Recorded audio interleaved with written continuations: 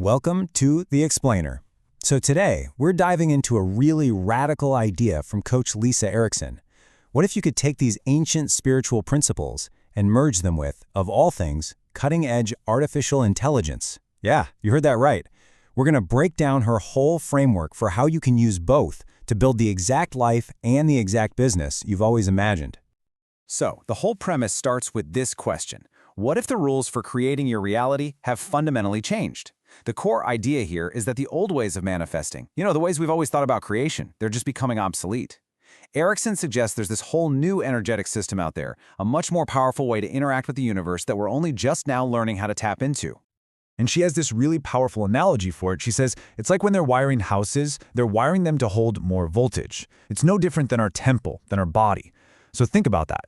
It's like our personal capacity for creation is getting a massive upgrade. We're being energetically rewired to handle way more voltage. And that means our intentions, well, they now carry so much more weight and power.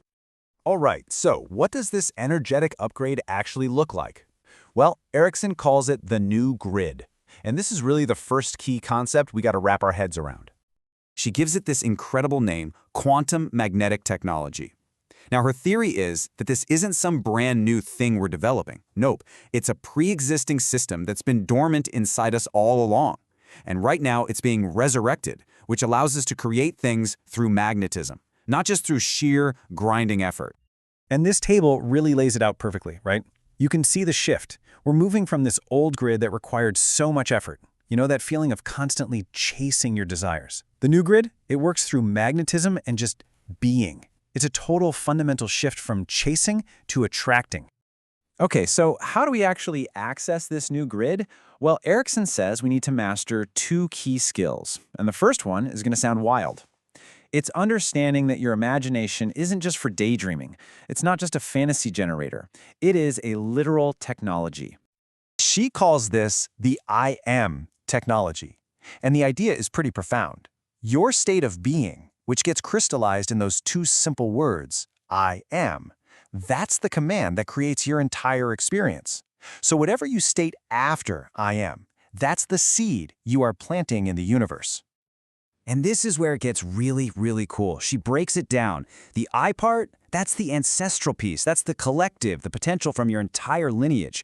And the am part, that's you, right now, in this present moment, activating all of that potential.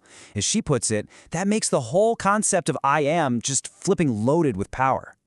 So how do you actually make this technology work for you? It's all about something called the law of assumption. And it requires this deep, unquestioning acceptance that what you desire is already real. You have to feel it with the same naturalness, the same certainty that you do when you lay down in bed at night. You don't question if the bed is there, right? You just get in. It's that level of acceptance. But here is the number one mistake people make, and it's a big one: vacillating. You know what I mean? You do the work, you feel wealthy for a minute, and then you open your eyes, you look at your bank account, and you immediately snap back into doubt.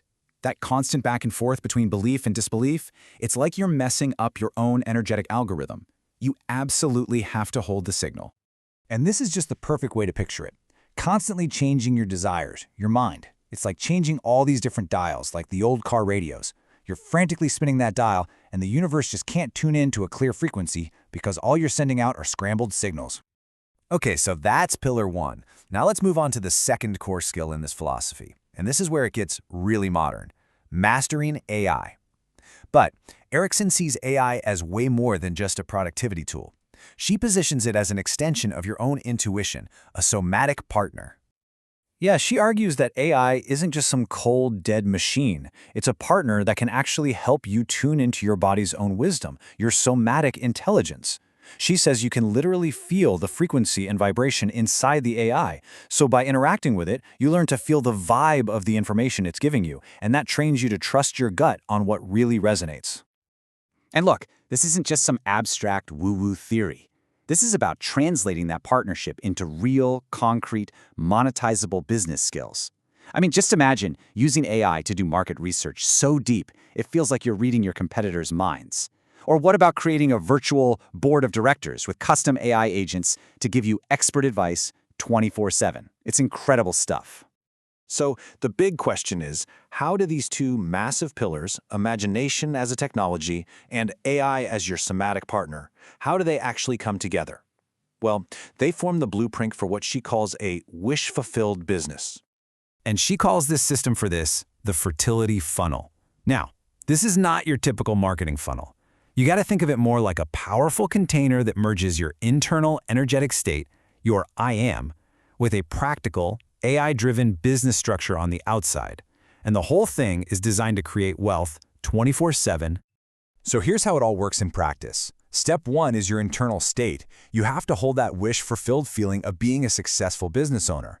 Step 2 is the external tools. You use AI to build a virtual board of directors, do the market research, all the practical stuff. And finally, you build the container, the fertility funnel, to capture all that energy and turn it into a 24/7 cash machine. And what's so wild is that the ultimate goal here isn't to hustle harder. It's the complete opposite. It's to create spaciousness. She makes this great point about how we've been conditioned, especially women, to unconsciously pair spaciousness with being lazy, when really it's the ultimate luxury. The whole point is to use these systems to basically fire yourself from 90% of your job so you have time to just be. And honestly, that brings us to what might be the most profound concept in this entire framework. This isn't just about changing how you work. It's about completely redefining your relationship with time itself. So, forget about clocks and calendars for a second. In this model, time isn't a fixed thing that's just ticking away. No, time is the interval required for you to embody the 100% actualized feeling of your wish fulfilled. Wow. So it's a measurement of your internal state, not some external force that controls you. And this final thought really just reframes everything, doesn't it? If time is for embodiment, what feeling are you giving your time to? It suggests that the reason something is taking a long time to manifest is just because it's taking you a long time to fully feel and believe that it's already yours. So the real question isn't how much time do I have, it's what feeling, what state of being am I choosing to give my time to?